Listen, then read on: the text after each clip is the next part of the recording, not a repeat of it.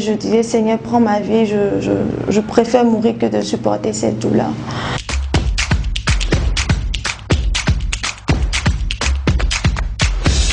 Dans ma famille, nous avons un problème au niveau de la hanche. Donc, nous naissons sans un disque au niveau de la hanche, ce qui cause énormément de douleur.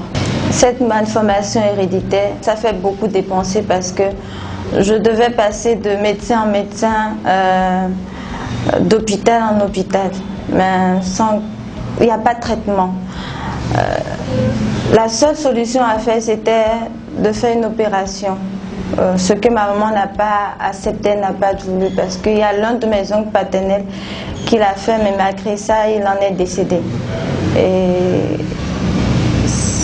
ça a commencé, à un moment donné, ça a commencé à vraiment s'intensifier parce que j'avais commencé à avoir des menstrues. Donc, à chaque mois, à chaque fois que je devais avoir des menstrues, la douleur était encore plus énorme. Je devais rester au lit pendant une semaine, juste prendre les comprimés, dormir, manger, dormir, pour ne pas quand même sentir la douleur parce que c'était énorme.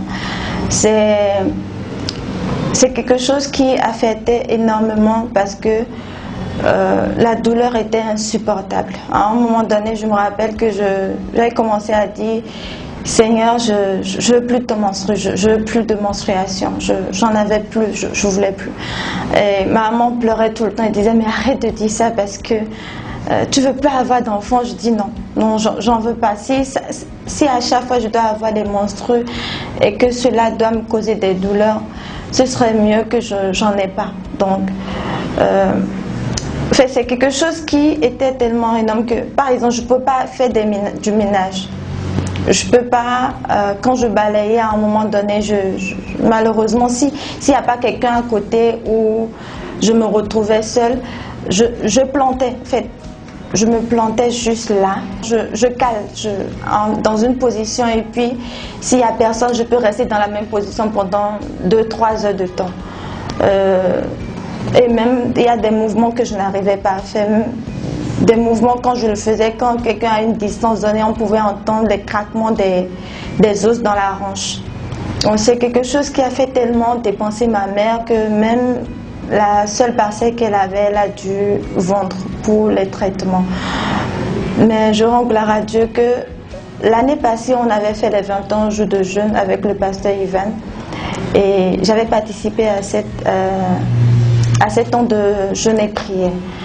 Et moi, je n'étais pas venue pour une guérison parce que j'étais sortie d'une relation et j'avais des blessures intérieures. Donc moi, mon soupir en ce moment, c'était que le Seigneur guérisse mon cœur, restaure mon cœur. Mais sans savoir ce qui s'est passé, sans soupir, sans même prier pour ça, je me rappelle que c'était le dernier jour, l'avant-dernier jour de la fin des 20 ans, jour de jeûne.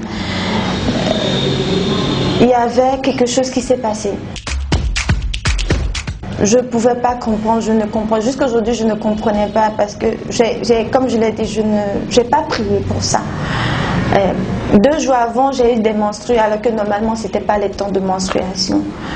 Et alors que l'apôtre Ivan était en train de prier, il avait commencé à invoquer le feu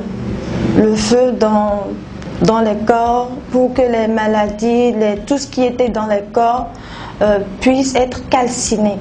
Mais moi, ce que j'avais remarqué, c'était bizarre, c'était pas le feu. Normalement, je devais sentir du feu, mais j'ai senti des picotements glaciaux dans tout le corps, comme des fourmillements.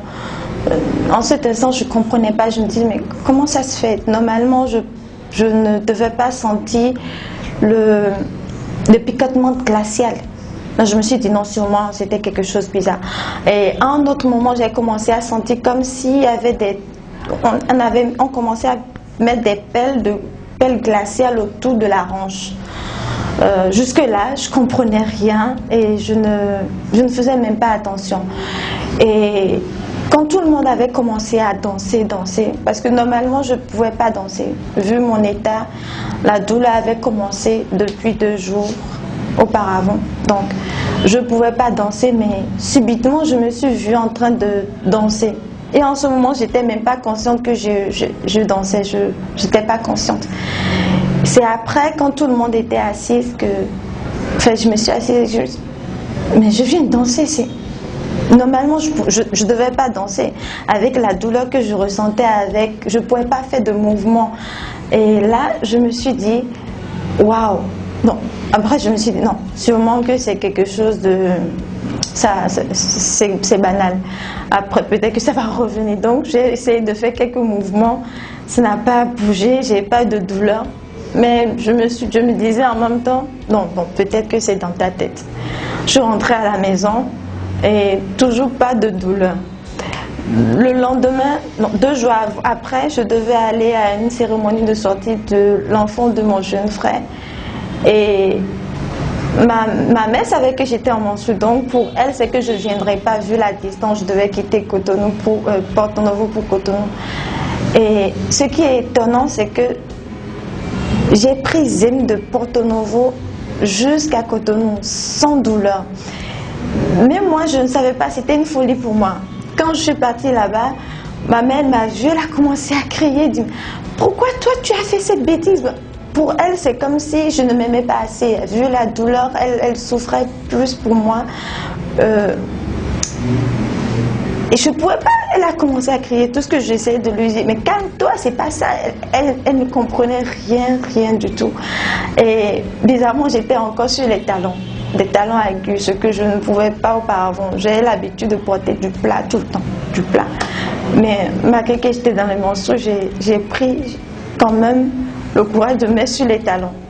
Donc, quand je lui ai expliqué que c'est comme ça, j'ai plus de douleur et que j'ai été guérie, au début, elle ne croyait pas, mais après, quand je dis, mais si, je suis en menstru. Et c'est quelque chose que jusqu'à aujourd'hui, je n'arrive pas, je peux pas m'exprimer au fait. Je ne peux pas dire à quel point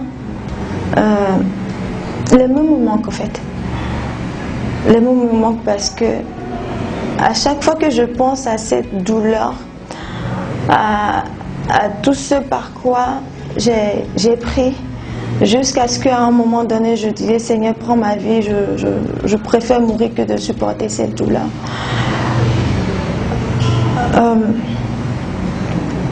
C'est quelque chose que je ne peux pas exprimer. C'est plus que tout. C'est un témoignage que je ne pourrais jamais arrêter de... Je ne pourrais pas arrêter de dire parce que c'est vrai que beaucoup de personnes ne peuvent pas comprendre ce par quoi j'ai pris quand je suis en train de parler. Mais quand j'y pense, c'est énorme. C'est énorme. Parce que depuis l'année passée, j'ai plus de douleur. J'ai plus de douleur. Le seul moment où j'avais pas de douleur, c'était quand j'étais enceinte. Et c'était de toute ma vie, avant cette guérison. Le seul moment où je n'ai pas eu de douleur, c'est 9 mois de grossesse.